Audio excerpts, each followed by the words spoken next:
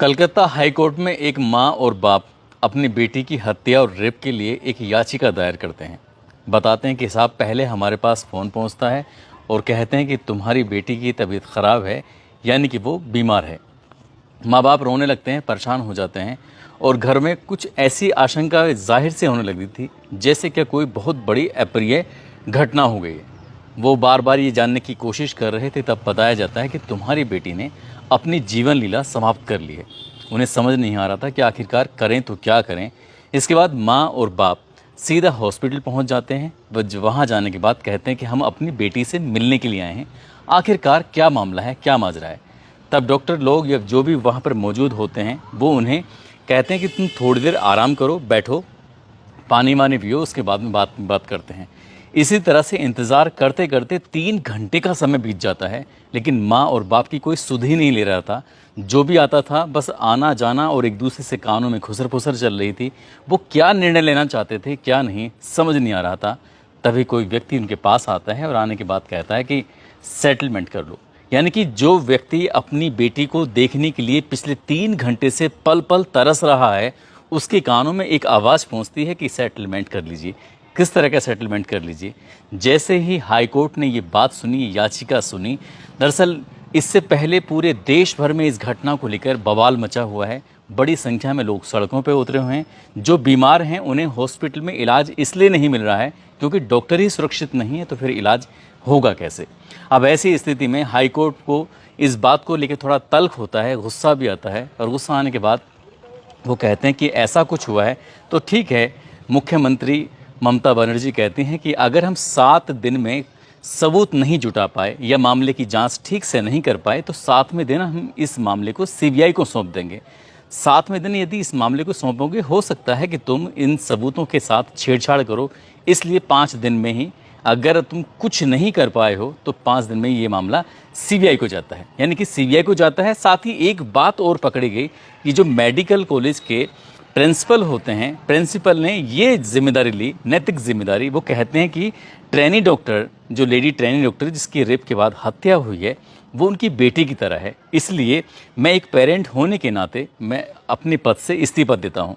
अभी पद से इस्तीफा ही दिया था कि राज्य सरकार ने उन्हें कलकत्ता मेडिकल कॉलेज और हॉस्पिटल का प्रिंसिपल बना दिया। इनकी ऐसी क्या जल्दी थी कि प्रिंसिपल ने इस्तीफा दिया है, तुरंत इसको ये जिम्मेदारी दे दी है। अब ऐसी स्थिति में हाई कोर्ट जो तल्ख रवैया अपनाता है, वो 2 बात कहते हैं कि इस मामले की जांच सीबीआई करेगी, और दूसरा ये है कि प्रिंसिपल को छुट्टी पर आप भेजते हैं या फिर हम भेजें।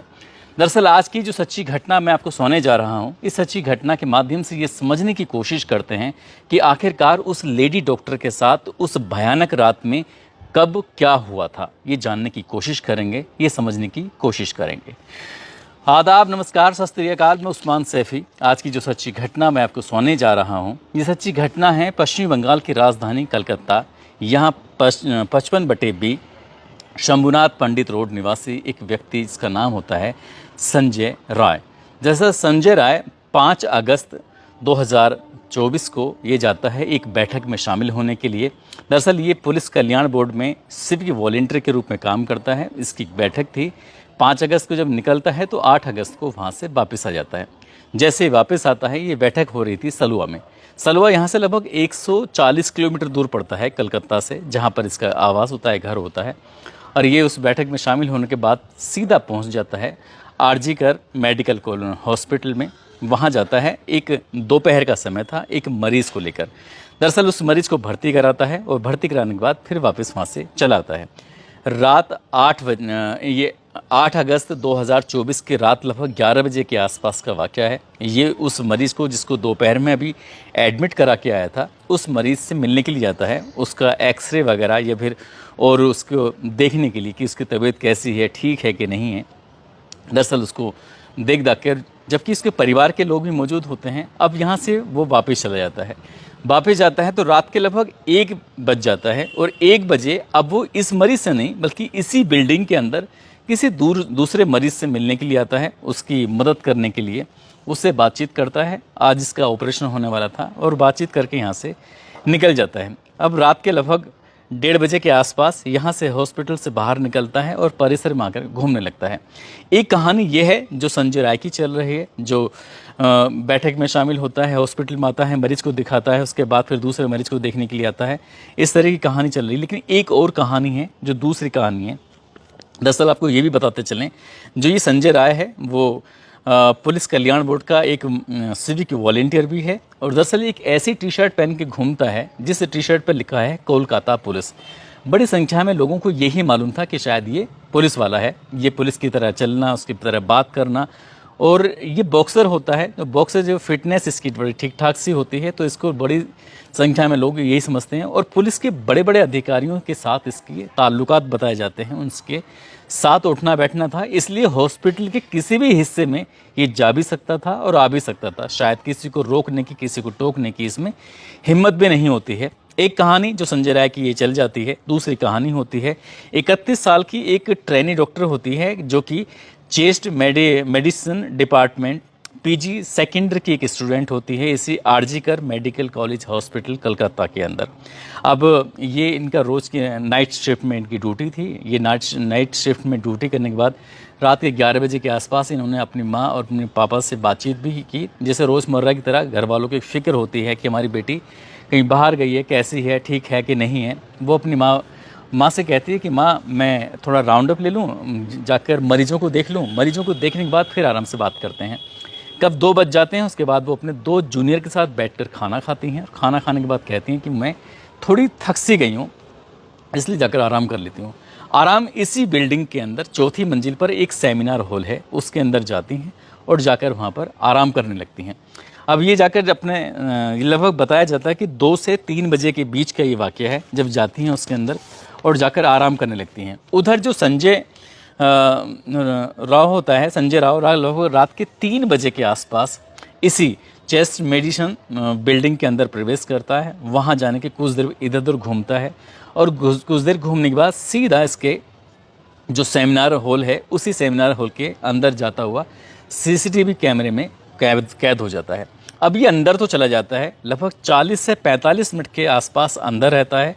उसके बाद ये 4:37 पर जो 8 और 9 अगस्त 2024 की रात होती है, यानी कि अब सुबह हो चुकी है, 4:37 के आसपास यहाँ से निकल जाता है, जो कि निकलता हुआ सीसीटीवी कैमरे में कैद हो जाता है। अब तक यहाँ तक बिल्कुल शांति थी, किसी को कोई खबर नहीं, कुछ नहीं पता कि आखिरकार हुआ क्या है। लेकिन जैसे ही दिन निकलता है, सुबह के 6 बजते हैं, तो एक कर्मचारी जो कि सेमिनार हॉल के अंदर जाता है और जाकर देखता है, तो देखते ही उसकी आंखें खुली की खुली रह जाती हैं। दरअसल एक लाश पड़ी हुई है जो कि खून से बहुत बुरी तरह से लथपथ है।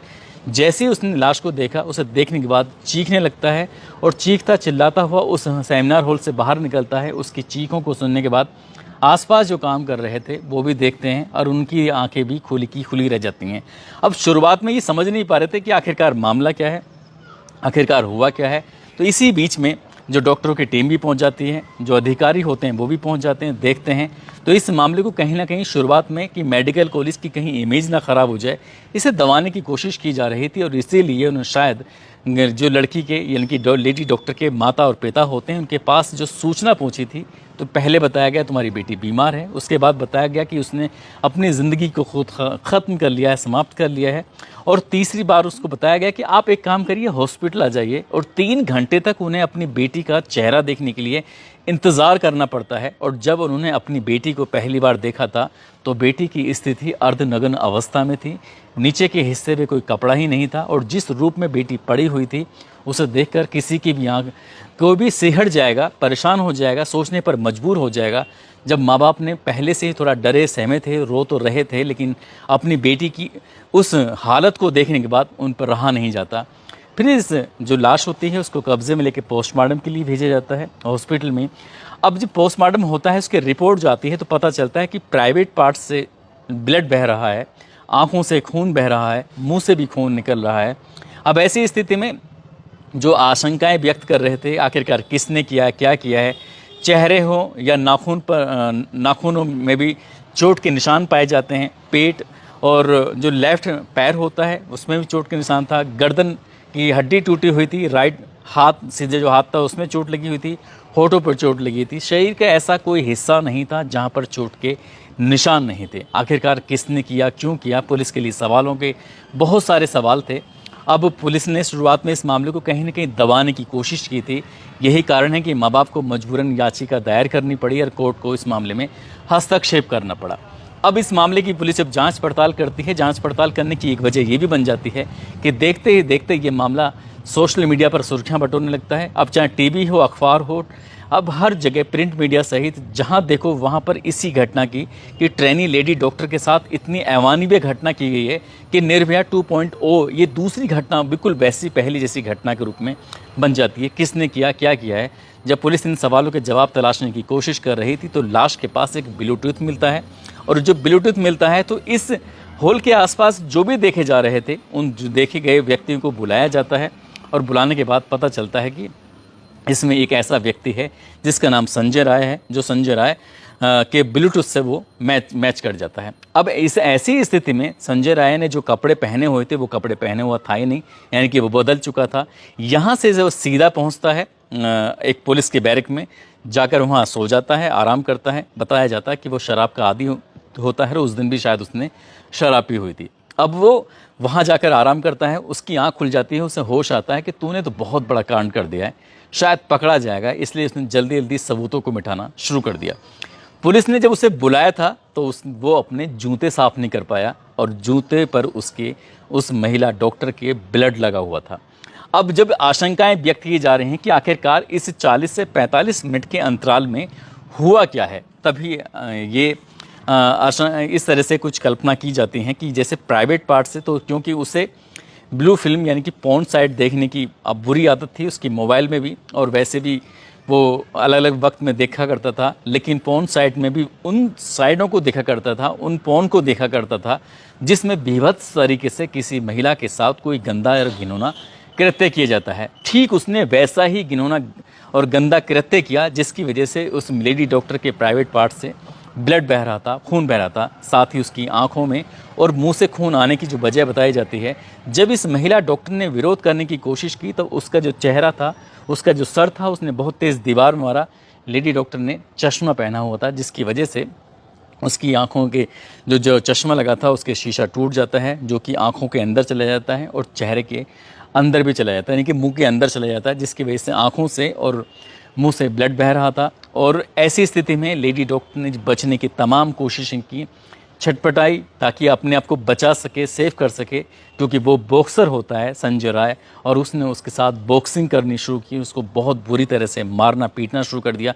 यही कारण था कि उसके चेहरों पर भी चोट लगी, उसके नाखूनों में भी चोट लगती है, उसके पेट में चोट लगती है, उसके लेफ्ट पैर में चोट लगती है, और गर्दन, जैसे उसने लगातार गर्दन को दबा रहा है तो गर्दन की हड्डी टूट जाती है, और राइट हैंड पे भी चोट लग जाती है, होठों पर भी चोट लग जाती है। क्योंकि ये एक रिपोर्ट ये भी चल रही है कि डॉक्टर की मौत हो जाती है, डॉक्टर की मौत होने के बाद उसने फिर से उसके साथ बलात्कार किया था, यानी कि अब वो विरोध करने की स्थिति में नहीं थी।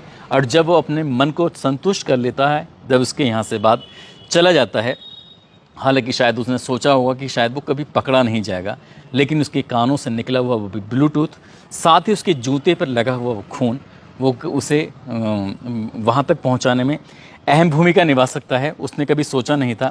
जब पुलिस ने इस व्यक्ति के बारे में जांच करने की, पड़ताल करने की कोशिश की तो पता चलता है कि उसने 4 शादियां की हुई थी। पहली शादी करता है, छोड़ के चली जाती है, दूसरी शादी करता है, छोड़ के चली जाती है, तीसरी शादी में भी बीवी छोड़ के चली जाती है।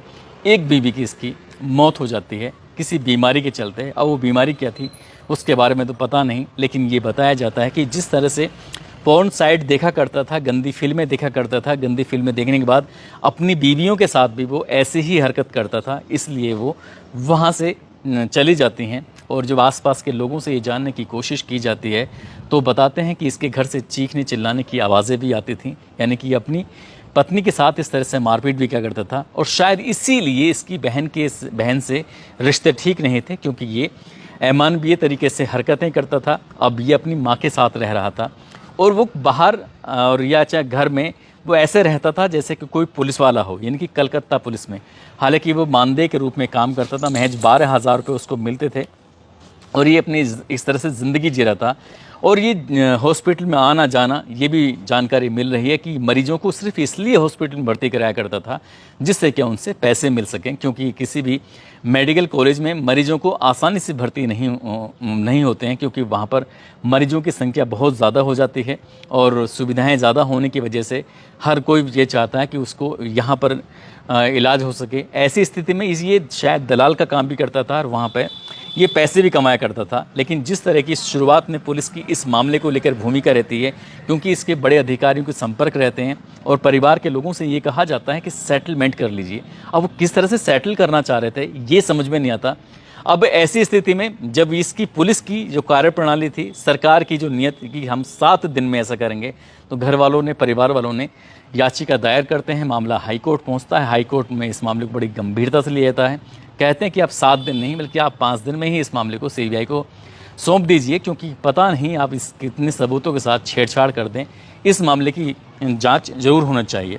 अब पुलिस पर हाईकोर्ट को भरोसा नहीं है, परिवार को भरोसा नहीं है और कहीं ना कहीं पूरे देश को भी भरोसा नहीं है। लेकिन बात अगर हम सीबीआई की करें तो सीबीआई ने पहले बहुत सारे मामलों में जांच पड़ताल की है। अगर हम एक फिल्म के हीरो रहे हैं सुशांत सिंह राजपूत, उनके मामले की अगर जांच करें तो उनका मामला शायद आज तक लटका हुआ है। ऐसे न जाने कितने मामले हैं, सीबीआई को जांच तो दी जाती है, सीबीआई पे बहुत मोटी तौर पर पैसे खर्च तो किए जाते हैं, लेकिन किसी भी मामले का इतनी जल्दी आसानी से रिजल्ट निकलता नहीं है।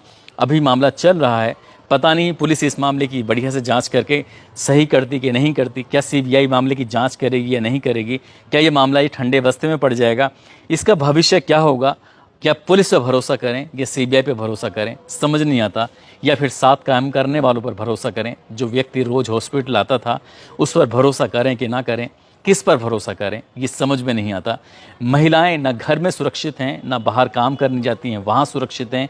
जहाँ देखो वहाँ उन पर गिद्धों की जैसी नज़रें बनी रहती हैं। लेकिन महिलाओं की अपनी जिम्मेदारी बनती है कि उन्हें ये लड़ाई खुद ही लड़नी पड़ेगी, उन्हें ये लड़ाई खुद ही जीतनी पड़ेगी।